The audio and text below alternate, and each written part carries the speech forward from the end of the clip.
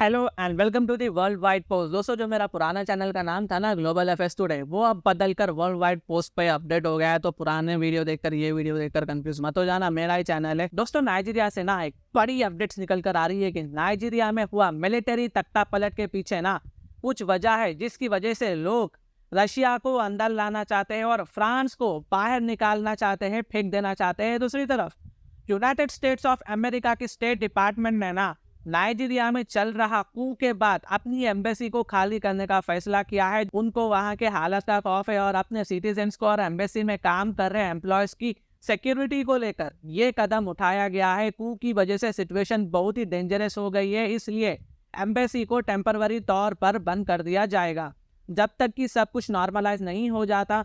यहाँ फैसला precautionary measures के तहत लिया गया है। यूएसए की गवर्नमेंट अपने लोगों की सेफ्टी को लेकर सीरियस है। यहाँ पर प्रेसिडेंशियल गार्ड्स की तरफ से एक बड़ा मिलिट्री कू किया गया है। ये अभी तक साफ नहीं है। एनालिस्ट कहते हैं कि बढ़ते महंगाई और खर्चे को देखकर, कॉस्ट ऑफ लिविंग और सरकार की करप्शन को देखते हुए गार्ड्स को इस कदम उठाने पर मजबूर किया हो सकता है। में भी पॉसिबिलिटीज है। यहाँ पर कू के बाद से ना मिलिट्री और वेस्ट के बीच में ना वॉर ऑफ वर्ड्स छिड़ गई है। अगर तुम हमारी बात नहीं मानोगे तो हम तुम्हें खत्म कर देंगे। वेरास मिलिट्री कहती है कि कुछ नहीं होगा, तुम यहाँ आओ, हम फिर तुम्हें दिखा देंगे कौन क्या है।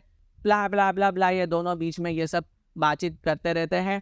देन कू के बाद से मिलिट्री और वेस्ट के बीच में ना वॉर ऑफ वर्ड्स तो छिड़ गई है, लेकिन मोहम्मद बज़ौम जो प्रेसिडेंट ऑफ नाइजीरिया है, इन्होंने इस्लामिस्ट मिलिट्री के खिलाफ लड़ाई में पेश का साफ एक बड़ा साथी था और इकोनॉमिकली भी बहुत मजबूत साथी था। अब आप लोग ये जरूर पूछोगे तो ठीक है जी, लेकिन अफ्रीका अलग है और यूरोप अलग है। लेकिन हमें सुनने को मिल रहा है कि फ्रांस का यहाँ बहुत बड़ा काम है, हाथ है। तो फ्रांस का इसलिए बहुत बड़ा काम और हाथ है दोस्तों, नाइजीरिया में ना फ्रेंच मिलिट्री बेस है और ये दुनिया का 7वां सबसे बड़ा यूरेनियम प्रोड्यूसर है। यहाँ फ्यूल और न्यूक्लियर पावर के लिए बहुत इंपॉर्टेंसी रखता है, जिसका 1/4 हिस्सा यूरोप खास करके फ्रांस के लिए जाता है।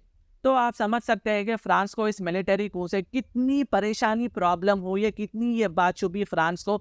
26 जुलाई को ब्रिगेड जनरल अब्दुल रहमान टीचाइनी, मतलब कुछ प्रोनाउंसिएशन अजीब है यहाँ पर, अजीब मतलब डिफरेंट हो सकता है, तो ध्यान रखना। इन्होंने कू के जरिए प्रेसिडेंट को हटा दिया था और उसके बाद रशियन फ्लैग अचानक से ना स्ट्रीट पर लहराने लगी नाइजीरिया की जमीन पर। हजारों लोगों ने संडे को नाइजीरिया के कैपिटल में एक प्रोटेस्ट में हिस्सा लिया, जिसमें कुछ लोग रशियन फ्लैग को लहरा रहे हैं और फ्रांस के एम्बेसी पर हमला भी किया जाता है। अब लगता है कि ये जो मूवमेंट है ना देश भर में स्प्रेड हो रहा है, वायरल हो रहा है। एक नाइजीरियन बिजनेसमैन जो नाइजीरिया के शहर जिंदार में रहते हैं, अपनी सेफ्टी के लिए अपना नाम हाइड करते हैं, नहीं बताना चाहते। उन्होंने अपनी तस्वीर को ब्लर करने को भी कहा है। वो कहते हैं कि मैं प्रो रशियन हूँ और मुझे फ्रांस बिल्कुल पसंद नहीं है। नाइजीरियन बिजनेसमैन, बचपन से मैं फ्रांस के खिलाफ हूँ। उन्होंने हमारे देश के यूरेनियम, पेट्रोल और सोने जैसे चीजों का सारा इस्तेमाल किया है। फ्रांस की वजह से दिन में 3 बार खाना नहीं खा सकते प्रॉपरली। ऐसा सुनकर ना मुझे ब्रिटिश इंडिया याद आ गया, कैसे हम इंडियंस को ब्रिटिशर्स ने गुलामों की तरह ट्रीट किया था। वेर एनीवेज, बिजनेसमैन और भी कहते हैं कि मंडे को जिंदार में हजारों लोगों ने मिलिट्री टेक ओवर को सपोर्ट दिखाते हुए प्रोटेस्ट किया था।